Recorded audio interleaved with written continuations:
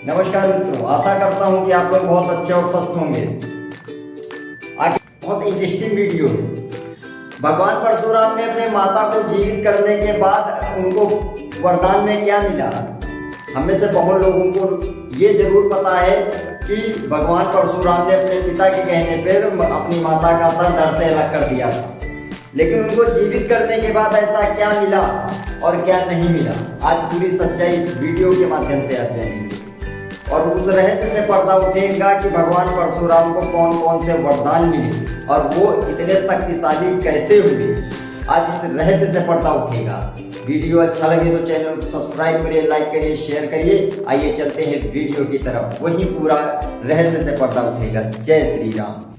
ब्रह्म पुराण के अनुसार माना जाए भगवान परशुराम ने अपने पिता महर्षि की आज्ञा पर अपनी माँ का सिर धड़ से अलग कर दिया था। एक बार जब महर्षि ने रेणुका माता को समाधि लेने के लिए जंगल भेजा था तो आने में उन्हें देर हो गई थी। इस पर क्रोधित होकर महर्षि ने अपने पुत्रों को अपनी माँ का सिर काटने का आदेश दिया था। परशुराम आज्ञाकारी पुत्र थे, इसलिए उन्होंने अपने पिता की आज्ञा का पालन करते हुए तुरंत अपनी माँ का सिर धड़ से अलग कर दिया था। अपने पुत्र को आज्ञा का पालन करते हुए देखकर महर्षि बेहद प्रसन्न हो गए थे और उन्होंने परशुराम से वरदान मांगने को कहा। परशुराम ने अपनी माँ को दोबारा जीवित करने, अपने भाइयों को ठीक करने और कभी पराजय का ना सामना करना पड़े लंबी आयु का वरदान मांगा था। अब वह इतने शक्तिशाली कैसे हुए? के जीवन की यह कथा प्रसंग बहुत ही महत्वपूर्ण और रहस्यमय माना जाता है।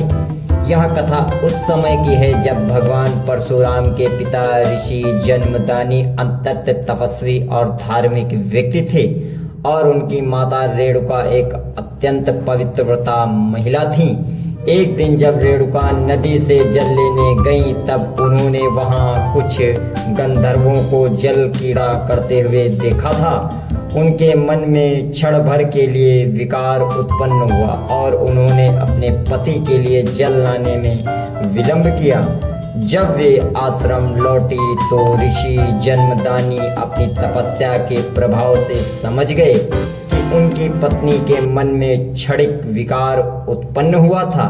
इस पर उन्होंने क्रोध में आकर अपने पुत्रों को आदेश दिया कि वे अपनी माता का सर धड़ से अलग कर दें। परशुराम के 4 बड़े भाई इस आदेश को मानने से इनकार कर दिया, लेकिन परशुराम जो अपने पिता की आज्ञा का पालन करने में पूरी तरह समर्पित थे, उन्होंने अपने पिता के आदेश का पालन किया और अपनी माता का सर धड़ से अलग कर दिया। इसके बाद जन्मदानी ऋषि का क्रोध शांत हुआ तो वे परशुराम से प्रसन्न हुए और उन्हें वरदान मांगने के लिए कहा। परशुराम ने अपने पिता से अपनी माता के पुनः जीवन का वरदान मांगा और साथ ही अपने भाइयों के लिए भी जीवन दान की याचना की। जन्मदानी ने वरदान देकर रेणुका को पुनः जीवन दान दिया और उनके अन्य पुत्रों को भी पुनर्जीवित कर दिया। इस कहानी का गहरा संदेश छुपा हुआ है। यह घटना दर्शाती है कि परशुराम का अपने माता पिता के प्रति अनन्य श्रद्धा और विश्वास था। यह भी बताया जाता है कि परशुराम का यह कार्य किसी व्यक्तिगत दोष या क्रोध से प्रेरित नहीं था, बल्कि वे अपने माता पिता के प्रति कर्तव्य पालन और गुरु के प्रति पूर्ण समर्पण के कारण ऐसा करने के लिए बाध्य थे। यह प्रसंग यह भी संकेत करता है कि हर परिस्थितियों में धर्म का पालन करना चाहिए। अगर वीडियो अच्छा लगा हो तो चैनल को सब्सक्राइब करिए, लाइक करिए, शेयर करिए और कमेंट